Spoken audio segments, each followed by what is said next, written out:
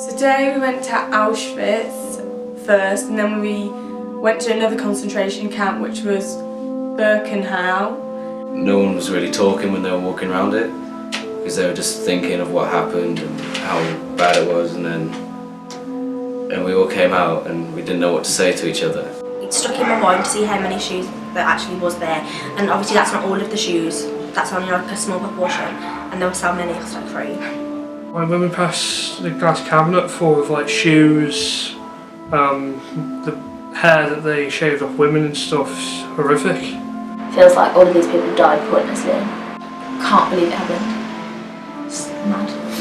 When we went in and we saw the hair and the clothes and the shoes, that was pretty surreal, to be fair. Kids' clothes is the worst one, and kids' shoes, and that they made stuff out of it. It was just horrible, like that they'd actually do that to people. One of the most horrific scenes there was definitely with my little baby shoes. Because if that was my little brother and he was Jewish and he got born into like them concentration camps or something, then well, it'll be scarred my whole life, and it's just a nasty thing to do to all kids and babies. Baby clothes and all their belongings and everything, that was just kind of just on display, and it was just like they'd actually been there, like walking on where we were walking, but the circumstances couldn't have been more different. I think I remember seeing like two twins or something that was 16, and then another like lad that was 16 as well, and just kind of, because he's younger than me, which had been killed there, shocking to see like someone younger than me has been put in there and like with like all the adults and that. So I think that was the one bit that kind of will stay there.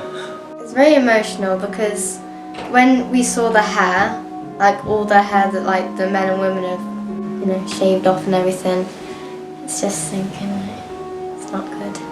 And when we went in the little huts, and you just imagine the people stood there where you were, and I couldn't imagine ever having to live like them. It was crazy. I remember this one photo, and it was like a woman carrying like her baby and stuff, and like 2 little toddlers holding hands. We thought they were in a safe place. The biggest thing for us was like it was all kept a secret, so they had no idea that they'd gone in but never came out. And that's very scary to think about. Yeah. Well, there must be like this feeling around your body where you get like a little shiver or something, like a little cold chill down your spine. It was like one of them feelings, just thinking that people had passed away there, tortured there, been treated badly and just not treated right at all. It was deep.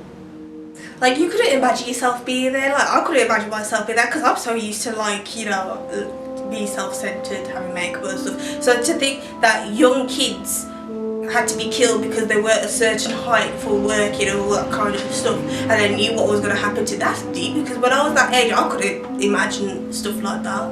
So we went in the gas chambers today, and it was very shocking because it's weird thinking that when you've gone in there, that's where people have died. It's not a good feeling, but you can see all like the scrape, like people when they scrape on the walls, but like trying to get out because they're told it's a shower, but once they get in there and they're like cramped up against the walls and that, they realise it's not.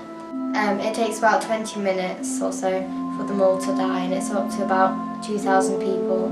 To think that people got gassed in there and people died in there and I stood in there was quite emotional. It's not a place where I'd want to go again. I think that was the thing that like got to people the most, actually being inside the gas chamber. I was walking around with Dom and we weren't talking to each other because we didn't know what to say. It's real people, like people have been exterminated, like pests. They go through selection, and they get like sorted into men and boys and women and girls and like babies and stuff. And whoever couldn't work were like just killed straight away, straight off the train. And they thought they're like going and get showers and getting food and water and stuff, but they weren't. They were just going to get killed. Looking at the gas chambers made me think like, well, like it's real, like it was really happening. Like it was in the back of my mind. It happened when I learned about it at school and things, but then when it actually came to it, it hit me like, whoa, like millions of people have died here. Do you know what I mean? I felt sorry for, obviously, for the people, for the Jews, for going through all of that, and obviously it was really morbid as well. Yeah, it's dark. the fact that they went to that much trouble to like exterminate the people and everything, it's like, well, what was the point in it? Knowing what happened there makes you like feel that you're with those people. We saw the gas chambers where people actually got like killed. It just made me think of life differently and just how we should like live it and not take it for granted. There's not many people that get to see things like that and get to learn about things like that, so me having the opportunity to do that made me feel good to learn about things like that. It made me feel as if like, now I've got the knowledge to tell other people about it too.